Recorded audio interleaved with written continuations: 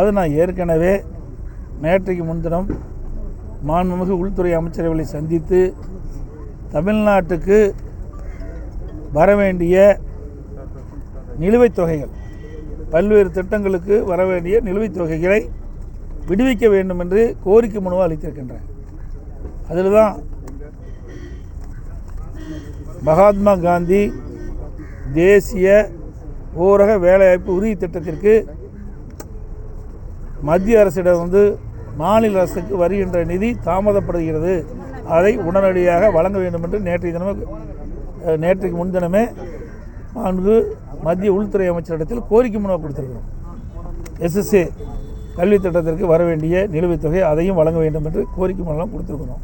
ஏன்னா ஏற்கனவே அனைத்து இந்திய அண்ணா திராவிட முன்னேற்றக்கூடிய கொள்கை இன்றைக்கு பேர் அண்ணா காலத்திலும் சரி, பொன்மனச்செம்மல் புரட்சித் தலைவர் எம்ஜிஆருடைய காலத்திலும் சரி, மாண்புமிகு அம்மாவுடைய காலத்திலும் சரி, தமிழகத்தில் இருமொழிக் கொள்கை தொடர வேண்டும் என்ற நிலைப்பாடு, அதையே தொடர வேண்டும் என்று அவரிடத்தில் வலியுறுத்தி மனு கொடுத்துருக்கோம்.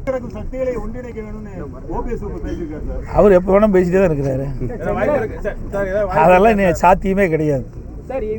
பிரிந்தது தான். ஏன்னா பிரிந்தது மட்டும் இல்லை, இந்த கட்சியை எதிரிகளிட்டு அடமானம் வைக்கிறத எங்களால் தாங்க முடியல. இன்னைக்கு அனைத்து இந்திய அண்ணா திராவிட முன்னேற்ற கழக தலைமை கட்சி அலுவலகத்தில் இவர் தலைமையில் ரவுடிகளை கூட்டிகிட்டு போய் அதை உடைச்சி அந்த தலைமை கழக புனிதமாக அனைத்து இந்திய அண்ணா திராவிட முன்னேற்ற கழக தொண்டனுடைய கோயிலாக இருக்கின்ற அந்த தலைமை கழகத்தை என்றைக்கு உடைத்தார்களோ அன்றைக்கே அவள் அந்த கட்சியில் இருப்பதற்கு தகுதி இல்லை.